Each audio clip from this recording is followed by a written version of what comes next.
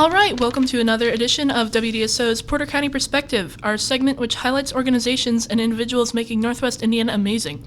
I'm your host, Olivia Callaway, and I'd like to welcome this week's guest, Alison Martin, the Development Director of Opportunity Enterprises. Thank you for coming in. I look forward to learning more about you and your organization. Thanks, Olivia. And I have to say, this is the first time I've been to WDSO. It's a beautiful studio. Oh, thank you. All right, first, can you introduce yourself and tell us a little bit about your background and stuff? Sure.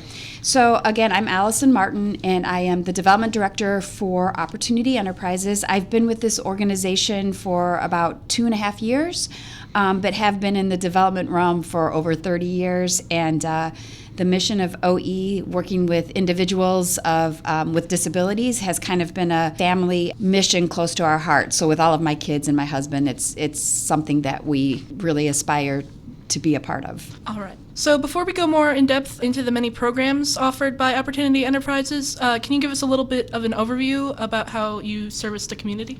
Sure. So we have recently changed our mission statement. We went through a strategic plan process, and so right now our mission is to create inclusive and equitable opportunities for people of all abilities.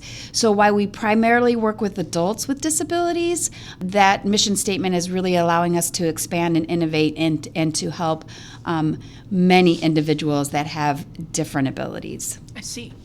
So what would you say are some of Opportunity Enterprises' core values? You know what? We have so many core values, and actually a lot of them have kind of changed and been reinvented with our strategic planning. Mm-hmm. But one thing always is servant leadership. You know, our mission is very close to everyone that works for the organization, and that mission to really create equitable opportunities for the people we serve, that is like first and foremost in all of our minds. Mm-hmm. And about how many individuals currently participate in your programs? Mm-hmm. So we serve about 1,000 individuals annually. Mm-hmm. And I mean, that's a lot. And that's 1,000 people that are either utilizing our transportation services, whether they come to our educational day services, whether they're in our job source program, whether they're in high schools and they're in the early transition, moving into the workforce, mm-hmm. or even respite services, which we can talk about a little bit later. But so those are like the main core programs that we have.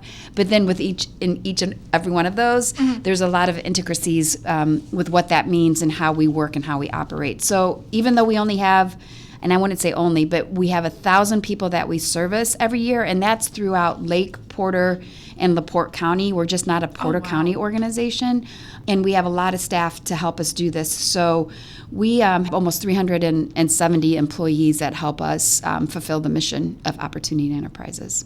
I see. So why would you say is community integration of people of different abilities and disabilities so important to the community, and how do you help facilitate that integration? Well, imagine if this world was just everybody was exactly the same. It would be a very vanilla, boring world. And so I would say community building is very important. People are people, and it doesn't matter if you have a disability or not. Often we like to do the same things. We like to go out in the community. We like to go to movies. We like to go to restaurants. We like to engage in artwork. And so really integrating people of all abilities into a community only makes our communities richer. And so that's why community integration is very important. I see. That does seem important.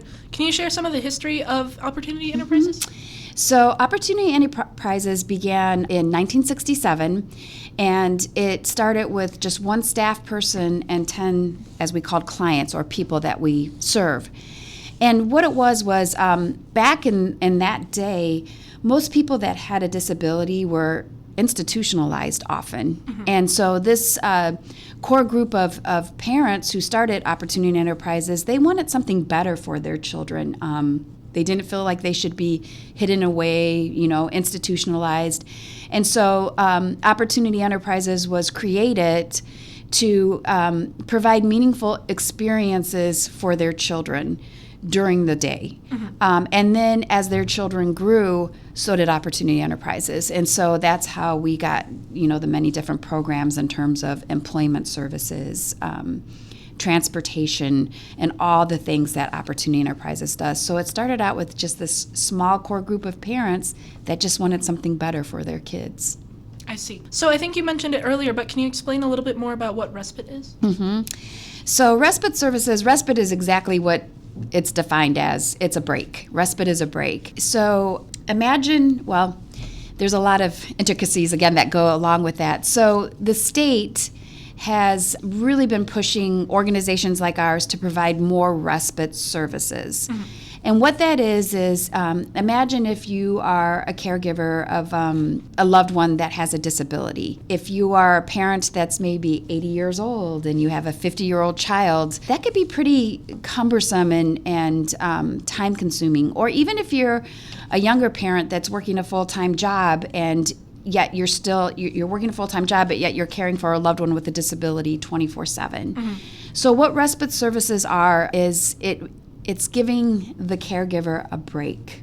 I see. And so that usually means a staff person either comes into a home and provides services for the individual with the disability while the caregiver can go grocery shopping, go to a hair appointment, go out to dinner with their partner. But OE is a little bit unique in that a lot of respite services, it is kind of coming into a home or that kind of an environment. We do provide that service, but we also have been in the middle of a $6.7 million capital campaign to build a respite center. And it's almost finished. Our ribbon cutting is September 27th. And so what this is people can come actually to the respite center. And they could spend as little as 4 hours up to 2 weeks there. So it is an overnight facility. Oh. Yeah, and it's not just for the caregiver. Respite services are also for that individual that's using it. That's where they meet with a lot of their peers. They form great friendships. And it's not just about staying at that center. It's about community integration, going out to dinner with your friends. And so a lot of times that center will be the meeting point. But it's really to give a break for the caregiver and also for the individual that's being served. So imagine, when you grow up, Olivia, right? What grade are you in right now? I'm a senior. Okay, you're a senior. And do you have plans on going to higher education or doing something to that effect? Are you looking forward to getting away from your parents a little bit? A little bit, I'd say. That's the same case with an individual that uses our respite services. They don't always want to be 24/7 with their caregiver, and their caregiver needs that break. And I have kind of a funny story. So one of the caregivers that her son, he's 45 years old and he uses respite services. She and her husband were planning on this vacation to go to Boston. And they were anticipating their son would go with them. And they were talking to their son about, hey, when we go to Boston, we're going to see, Plymouth Rock and, the Liberty Bell and all these sites for Boston. And their son said, that sounds very boring to me. I want to go to respite. And so that's what they did. Their son stayed at our respite services for a week, and they were able to go and enjoy their vacation as husband and wife together. Oh, that seems like a very useful service. It's very useful, and it is something that the state of Indiana is really pushing for organizations like Opportunity Enterprises to offer more and more of that type of service. So can you tell us a little bit more about your upcoming fundraiser supporting One Respite Home? So actually, we have achieved our $6.7 million construction goals. Oh. Yeah, we're really excited about that. But we really are working to put all of those amenities in that center to make it really feel like a place of the people that are using that of their own. And so recently we just received from an anonymous donor a $100,000 dollar for dollar match. And so we just have that last little bit to raise. We're trying to finish up just $300,000 to raise to end our campaign for this. And so people can give to this respite center by visiting, Opportunity Enterprises website or by reaching out to someone at Opportunity Enterprises. And if they want to buy a brick that would be at that center or anything like that, it'll be matched dollar for dollar. So a brick is $250. So they would really be helping contribute $500 with this dollar for dollar match. Oh, wow. Yeah. All right. So how else does Opportunity Enterprise receive its funding aside from just donations? So a lot of individuals with disabilities, they have what are known as Medicaid waivers. And so that's where these waivers, they can obtain certain different kinds of services and a lot of the services that we provide. So a lot of our funding does come through the state, but Opportunity Enterprises offers a lot more services than what the state will cover in terms of those services. And so that's why me and my team are working with Opportunity Enterprises, because what we do is we raise funds for any gaps, because we're not willing to compromise the quality of any services that we're providing. So, we do fundraising to cover any gap in those services that we feel are really important for the individuals that we do serve. I see. So one of the most amazing things, I think, offered by Opportunity Enterprises is Camp Lakeside. So can you tell us a little bit about that? Yeah. So as I told you at the beginning of our history, Opportunity Enterprises did start serving children, but as their children grew, the mission was really more focused on adults with disabilities. Mm-hmm. Well, we have been growing and expanding like crazy, and so we have started opening up programming to youth again, and one of them is through our Camp Lakeside. One of the properties we have for Opportunity Enterprises is on Lake Eliza, and that's where the Respite Center is being built as well. Mm-hmm. And so we started a summer youth camp, and it started out first as a pilot program with Porter County Parks, but then we kind of branched off on our own, and it's an 8-week summer youth camp for school-age children, but it's not just for children with disabilities. It's 100% inclusive. So whether you're neurotypical or you have a disability, mm-hmm. you're welcome to this camp. And what we're really trying to do is celebrate differences, and everybody deserves to have the same type of opportunities. And so it's a camp for all youth. It doesn't matter if you have a disability or not. And that we just celebrated our, I believe it was 4th year of Camp Lakeside. Oh. Yeah. So, also supported by Opportunity Enterprises, can you tell us a bit about VTech, or the Vocational Training and Empowerment Yeah, Center? and this is really exciting as well. So VTech it's called the Vocational Training and Empowerment Center, and this is in our Job Source division of Opportunity Enterprises.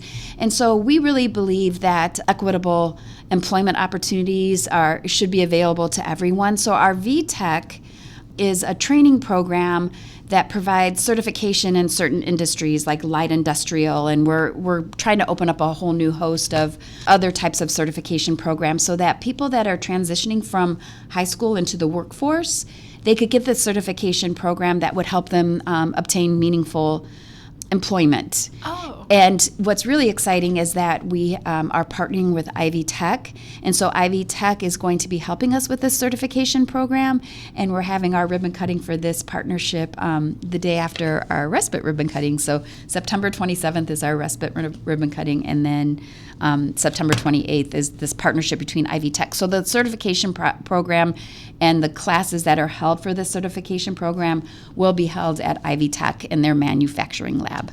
Oh, I see. Yeah. So how else does Opportunity Enterprises help its clientele build life skills? So everything, with every service that we provide, there is life skill building in all of that quality programming. I guess what I would like to talk about is, to kind of highlight this point, is our educational day services. So we have 4 of them, mm-hmm. and we have what is called Renewed Horizons, which is for senior citizens, which we are also starting a dementia program with Renewed Horizons. We have Daily Living Skills, and this is probably for the individuals we serve that have the most severe and profound disabilities. A lot of them are nonverbal, often they're non-ambulatory. Mm-hmm.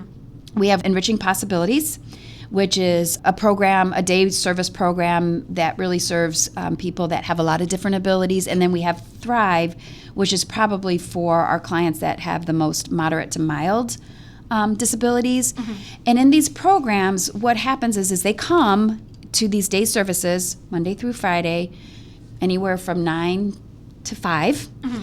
And we don't want them just to come and sit around, so they are grouped with a direct support professional, and then what we do is we have an educational curriculum that goes along with it. So it's almost like going to a school day, but it's not really school, but it's life skills that are provided throughout the day.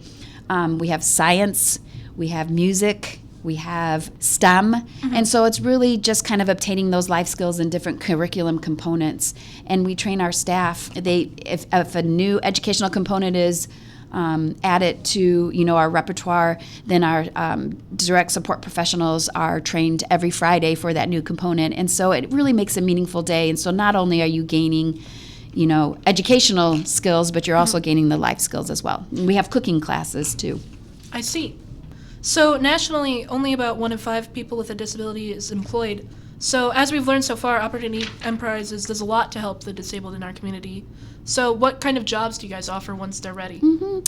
It's really based on their ability, and we have a lot of different partners. Continental, which is a manufacturing organization, they have employed many of the individuals that have been served by OE. Strachan Van Til, we have a lot of different partnerships with a lot of different businesses, and the employment that they receive is wide-ranging, just like anybody else. So where can the public buy the products produced by Opportunity Enterprise Partners? Okay, so you're talking specifically about our outsourced services, and those are usually contracted. We have contracts with certain businesses for things that they need to be assembled. And so we're not really selling those types of items. We're putting things together for businesses so that they could sell them. Oh, I see. That makes sense. Yes.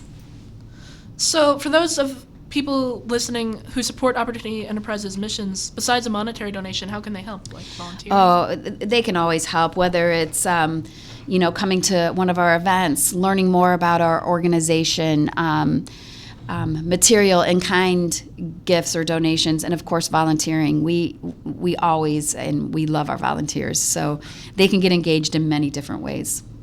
Are there any upcoming events other than what you've told us about your ribbon cuttings? The ribbon cuttings are the big things that are happening right now, and then everybody gets really excited about our gala. It's a huge event. Last year we had over 700 people in attendance. Yeah, it's definitely an event for Northwest Indiana for sure, and that's coming May 11th. So we have a little break from then, but so really it's just our ribbon cuttings that are coming up, and we would love for the public to come out and see what we're doing. Can you elaborate a little bit more on the gala? That sounds intriguing. It's how do I describe it? It is exactly that. It's a gala. It's very formal. It's black tie. People come in and they really learn about our organization. It's very heartwarming that night. We usually have a story of one of the individuals and the families that we serve. They're invited there. It's we have auction items, and it's just really fun. But it's a huge fundraiser for us, and it's about a $500,000 event, and that's raised toward our services. So it's really a big deal. And like I said, we have about 700 people in attendance, and it's usually held at Blue Chip Casino. They've been a great venue to us. I see. So if a caregiver or individual wanted to reach out to enroll in any of the programs offered, how would they go about doing so? Yeah, so what they would do is they would call our organization, and that number is 219-464-9621. And then our switchboard would put them in touch with Peyton Summers, who's our intake specialist, and she helps walk through a family and the types of services that they're interested in, and how they can go about getting those services. Oh, okay. So what are some of the goals on the horizon for the Opportunity Enterprises future? Oh, we have so many goals. You know what? We're really looking to expand a lot of our services. Right now, we are partnering with, I'm going to say it wrong, Help Me Grow, which is to provide information to families that have children 0 to 3 years. And we're going to be sort of a resource center, providing people with information on where they can obtain certain services. In addition to that, we have been working with a lot of different employers, and we're trying to expand a program, which is our corporate inclusivity consulting, where if an employer does want to hire individuals with disabilities, we would go in and help assess how they can get ready to serve that population to help their workforce. And so there's a lot of different, too many to talk about really, but those are a couple of them that are on the horizon right now. I see. So is there anyone from Opportunity Enterprises staff or in the community you think you should give a special shout out to? Well, we're right in the middle of Direct Support Professional Week, and that's to really highlight those individuals that work directly with the people that we serve. So I want to give a shout out to all of our direct support professionals. and really just anyone that works or supports or OE, because we couldn't do what we do without our amazing staff and the people that provide, funding to help us do what we can do. I see. So can you let us know of any other specific ways that Opportunity Enterprises helps the community become more inclusive? I just think that we provide as many opportunities as possible for people to interact with one another, and I think that creates the most inclusive, equitable community that you could think of. So every service that we do, it's all about inclusivity and equitable opportunities. I see. So is there anything else you'd like to add or that we haven't really touched on? No, I think you guys had great questions, and I think we covered everything, and we really appreciate you inviting us to come out today. Yeah, thank you for coming on. Okay, thank you. So that's going to be it for this week's edition of the Porter County Perspective. I'd like to thank my guest again, Alison Martin of the Opportunity Enterprises, again for coming in. And this will be Olivia Callaway signing off.